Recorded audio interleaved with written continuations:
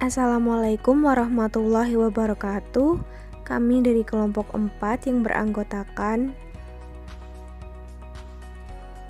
saya Emma Rosalia Rizky dengan NIM E0019014. Saya Farhan Urusifa dengan NIM E0019016. Saya Faiko Mufirotika dengan NIM E0019015. Saya Eka Nur Agustiningsih dengan NIM E0019013.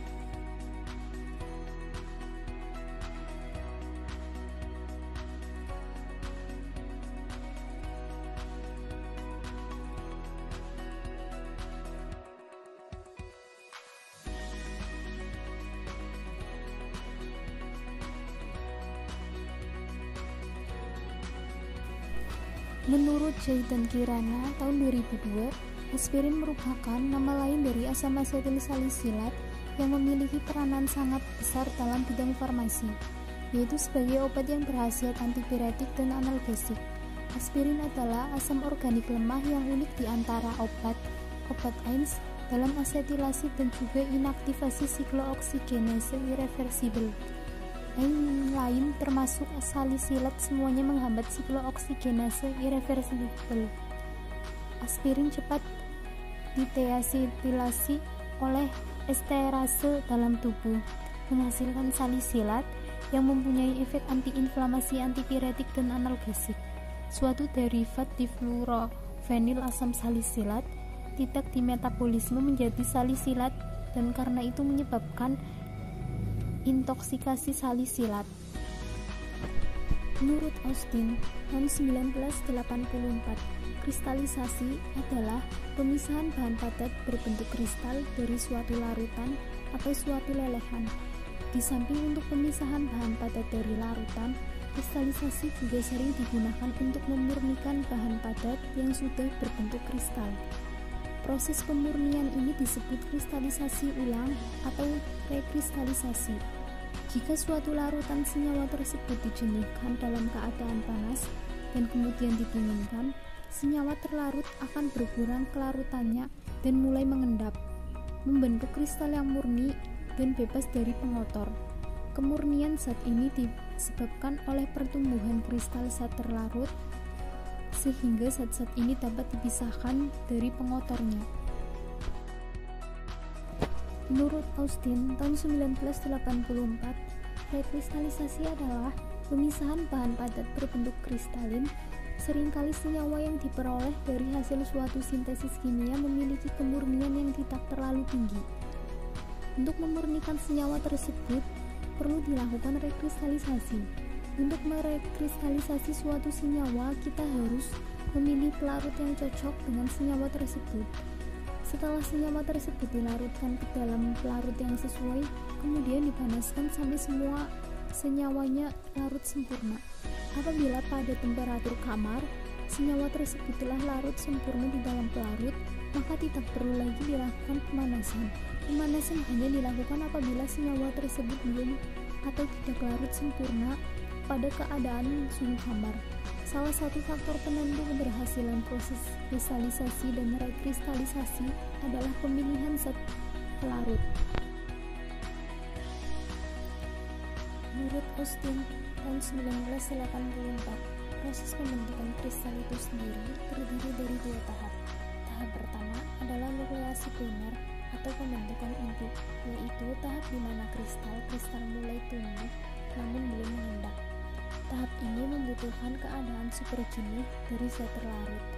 Saat larutan didinginkan, pelarut tidak dapat menahan semua zat-zat terlarut. Akibatnya molekul-molekul yang lepas dari pelarut saling menempel dan mulai tumbuh menjadi inti kristal. Semakin banyak inti yang bergabung, maka akan semakin cepat pula pertumbuhan kristal tersebut. Tahap kedua setelah nukleasi primer adalah nukleasi sekunder. Pada tahap ini, pertumbuhan kristal semakin cepat yang ditandai dengan saling menempelnya inti-inti menjadi kristal-kristal padat. Menurut Hart tahun 1990, reaksi GFHCl3 Uji ini digunakan untuk menguji apakah kristal yang kita dapat itu murni kristal aspirin atau tidak. Sebelum ditambahkan FeCl3, ditambahkan terlebih dahulu alkohol yang bertujuan untuk melarutkan sampel. Namun sampel tidak larut ke dalam alkoholnya. Hal ini wajar karena asam salisilat dan aspirin kurang larut dalam volume air yang kecil. Setelah itu ditambahkan FeCl3 ke dalam campuran untuk diuji. Asam salisilat membentuk kompleks berwarna ungu dengan penambahan FeCl3 ini. Kompleks ungu ini hanya bisa terjadi antara asam salisilat dengan FeCl3 karena dalam molekul asam salisilat, atom O atau nukleofil dalam gugus OH akan menyerang atom Fe dengan melepaskan atom H-nya untuk membentuk ikatan O- FeCl2. Aspirin tidak membentuk kompleks berwarna ungu dengan uji ini karena struktur aspirin tidak memiliki gugus OH.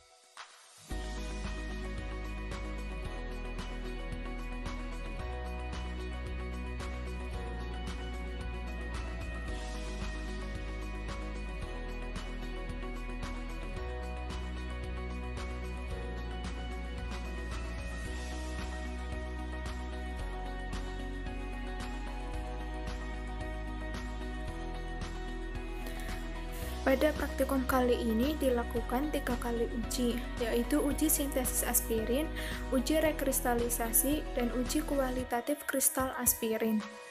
Pada uji kualitatif kristal aspirin dilakukan 3 kali uji, yaitu uji dengan FeCl3, uji dengan melting point, dan uji dengan FTIR. Pada pembuatan aspirin, reaksi yang terjadi adalah reaksi esterifikasi. Ester dapat terbentuk salah satunya dengan cara mereaksikan alkohol dengan asam salisilat. Dalam hal ini, asam salisilat berperan sebagai alkohol karena mempunyai gugus OH, sedangkan anhidrida asetat sebagai anhidrida asam. Asam sulfat pekat digunakan sebagai katalisator dan dilakukan pemurnian dengan menggunakan larutan campuran etanol dan aquades. Ester yang terbentuk adalah asam asetil salisilat atau aspirin. Gugus asetil berasal dari asam asetat, sedangkan gugus R-nya berasal dari asam salisilat. Hasil samping reaksi ini adalah reaksi asam asetat. Pertama, dilakukan uji sintesis kristal aspirin. Prinsip sintesis aspirin yaitu berdasarkan reaksi asetilasi antara asam salisilat dan asam asetat glasial dengan penambahan asam sulfat pekat yang digunakan sebagai katalisator. Yang dilanjutkan pemanasan yang bertujuan untuk mempercepat reaksi, kemudian diikuti dengan pendinginan untuk mempercepat terbentuknya kristal aspirin. Mula-mula ditimbang 3 gram asam salisilat, kemudian ditambahkan 9 ml asam asetat glasial dan diaduk et homogen. Larutan menjadi keruh dan kristal sedikit larut. Tujuan penambahan asam asetat glasial yaitu untuk mencegah adanya air, karena jika terdapat air, maka kristal aspirin akan terurai kembali menjadi asam salisilat. Selanjutnya ditambahkan 3-4 tetes asam sulfat pekat, larutan tetap keruh dan terdapat kristal. Tujuan penambahan asam sulfat pekat yaitu sebagai katalis untuk mempercepat reaksi yang terjadi. Lalu larutan dipanaskan dan diaduk sesekali, kemudian suhu dijaga antara 50-60 derajat Celcius selama 15 menit. Tujuan dilakukan pemanasan yaitu untuk menghilangkan zat-zat pengotor yang ada pada bahan, sehingga diperoleh kemurnian yang tinggi. Setelah dilakukan pemanasan, kemudian larutan didiamkan pada suhu ruangan. Lalu ditambahkan 40 ml aquades, larutan berubah menjadi putih. Tujuan penambahan aquades yaitu sebagai pelarut. Kemudian larutan didinginkan selama 30-60 menit di dalam baskomnya sudah berisi es batu. Kemudian larutan terbentuk hablur yaitu kristal berbentuk jarum berwarna putih. Tujuan dilakukan pendinginan yaitu untuk membantu pembentukan kristalisasi. Setelah didinginkan, kemudian dilakukan penyaringan menggunakan corong Wagner yang bertujuan untuk memisahkan benda-benda padat dari larutan untuk mengumpulkan zat padat dari larutannya, di mana zat itu mengendap atau mengkristal. Hasil positif dari sintesis aspirin yaitu kristal berwarna putih. Uji yang kedua yaitu uji pemurnian. Diambil 7 ml etanol dan 40 ml aquades hangat, kemudian dimasukkan ke dalam Erlenmeyer dan dikocok larutan berwarna bening. Selanjutnya ditambahkan kristal aspirin hasil penyaringan dan diaduk larutan keruh dengan kristal yang tidak larut. Tujuan penambahan etanol dan aquades yaitu sebagai pelarut. Kemudian dipanaskan di atas kompor listrik sambil diaduk hingga kristal larut sempurna dan larutan menjadi bening. Tujuan dilakukan pemanasan yaitu untuk menghilangkan zat-zat pengotor yang ada pada bahan sehingga aspirin yang diperoleh memiliki kemurnian yang tinggi. Setelah dipanaskan, kemudian didinginkan di dalam penanas air yang berisi es batu selama 1 jam. Tujuan pendinginan yaitu untuk membantu terkristalisasi. Selanjutnya menimbang kertas saring kosong, kemudian larutan disaring menggunakan corong Wagner dan didapatkan hasil kristal aspirin berwarna putih. Tujuan dilakukan penyaringan yaitu untuk memisahkan zat padat dari larutannya dan untuk mengumpulkan zat padat dari larutan di mana zat itu mengendap atau mengkristal. Setelah disaring, kristal aspirin kemudian diovenkan agar mendapatkan hasil positif. Kristal aspirin kering berwarna putih, kemudian ditimbang berat aspirin murni. Hasil rendemen sebanyak 59%, dan adapun reaksi yang terjadi sebagai berikut.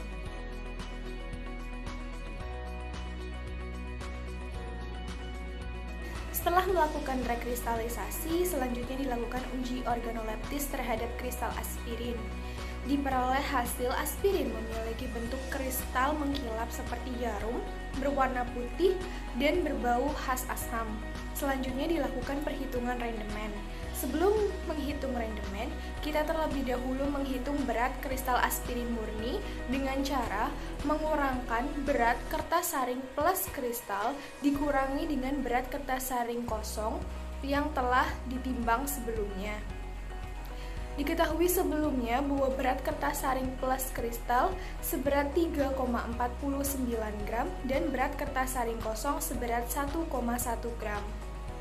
Maka diperoleh hasil berat kristal aspirin murni seberat 2,39 gram.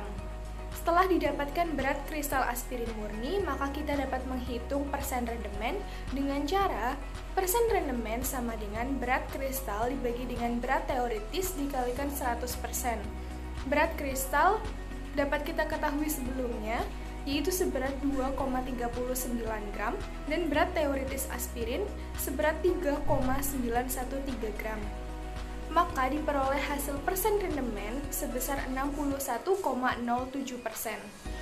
Setelah menghitung rendemen, selanjutnya dilakukan uji kualitatif. Pada praktikum ini, uji kualitatif dilakukan dengan 3 metode, yaitu uji dengan feriklorida, uji dengan melting point, dan uji dengan FTIR. Pada uji dengan feriklorida, uji ini dilakukan untuk menguji apakah kristal yang kita analisis murni atau tidak. Juga digunakan untuk mengidentifikasi adanya gugus fenol.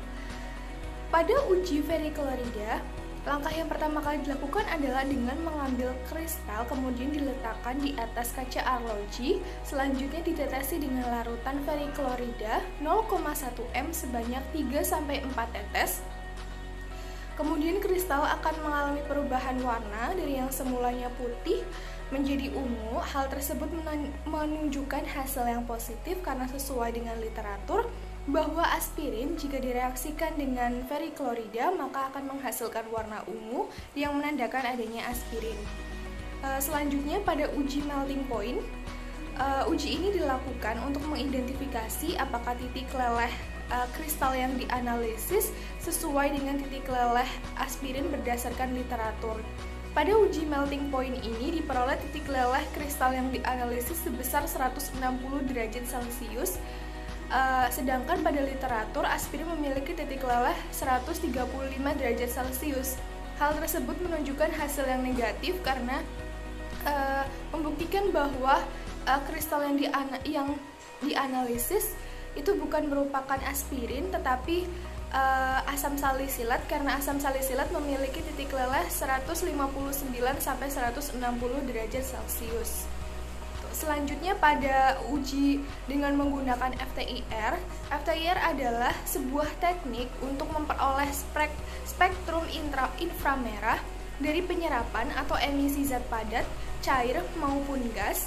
Prinsip kerja dari FTIR ini adalah untuk mengidentifikasi senyawa, mendeteksi gugus fungsi, dan menganalisis campuran dan sampel yang dianalisis. Berdasarkan data percobaan yang telah diperoleh, itu bahwa kristal yang dianalisis itu memiliki kemiripan sebesar 59,2% dengan asam salisilat. Hal tersebut menunjukkan hasil yang negatif karena memiliki kemiripan yang cukup besar. Itu ada dua kemungkinan yang dapat terjadi, diantaranya Yang pertama, pada saat pemanasan, suhunya tuh tidak stabil, yaitu melebihi 50 derajat Celcius, hampir mencapai 60 derajat Celcius, sehingga menyebabkan aspirin itu terdekomposisi menjadi asam salisilat kembali. Yang kedua, kristal aspirin yang terbentuk sangat sedikit, itu sehingga saat diuji yang teridentifikasi itu bukan senyawa aspirinnya.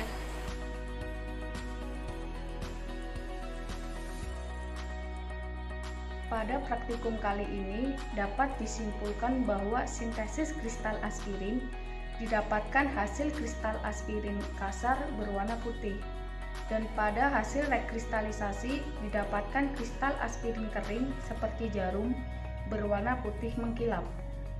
Berat kristal aspirin murni pada praktikum ini sebesar 2,39 gram. Dan berdasarkan perhitungan nilai rendemen diperoleh 61,07%. Pada uji feriklorida diperoleh hasil positif karena terjadi perubahan warna menjadi ungu menandakan terdapat kandungan aspirin. Pada uji melting point diperoleh hasil titik leleh 160 derajat Celcius menunjukkan hasil negatif karena berdasarkan literatur titik leleh aspirin ialah 135 derajat Celcius. Hal tersebut menunjukkan bahwa kristal yang dianalisis bukanlah merupakan aspirin, melainkan senyawa asam salisilat, karena asam salisilat mempunyai titik leleh 159 derajat Celcius sampai 160 derajat Celcius. Pada uji FTIR diperoleh hasil negatif, karena senyawa yang dianalisis memiliki kemiripan 59% dengan senyawa asam salisilat. Ada beberapa kemungkinan yang mungkin terjadi mengapa hasil yang diperoleh negatif. Pertama, karena pada saat pemanasan suhu melebihi 50 derajat Celcius, hampir mencapai 60 derajat Celcius, sehingga menyebabkan aspirin terdekomposisi menjadi asam salisilat kembali. Yang kedua, karena aspirin yang terbentuk sangat sedikit, sehingga pada saat diuji yang teridentifikasi bukan senyawa aspirin.